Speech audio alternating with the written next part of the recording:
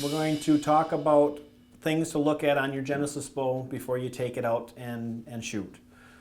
One of the first things I recommend looking at is your string and cables. Your strings and cables do wear. If you can find a broken strand, I would recommend replacing your strings and cables. If they get fuzzy, it's a matter of needing wax, which we've showed you in other videos. So I'm going to start on my post on my cam, and I'm just going to look all the way around my entire string, making sure that my string is nice and smooth. I'm looking at my entire cable, making sure my cable is connected to the connections on the idler wheel. My string and cable look good. I'm at that point going to look at my limbs. What you're looking at for limbs, any flaws as far as cracks, dings, nicks, you'll typically be able to tell just by visually looking at your eye.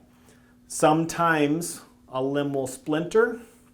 At that point, a simple cotton ball, and if you rub your cotton ball on your limb, that cotton will stick to your limb. I don't recommend taking your hands and sliding your hands because the splinters could, in theory, poke into your skin a little bit. Once both limbs are inspected, at that point I'm going to look at my arrow rest to make sure my arrow rest has the correct bend to it, like this one.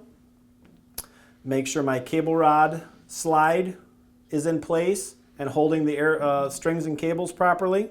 The next thing I'm going to look at is my limb bolts, making sure that my limb bolt pockets match, so this bow hasn't been adjusted on one side and not the other. And that's basically all the working parts on your Genesis bow, all the things you need to look at before you take your Genesis bow out and shoot.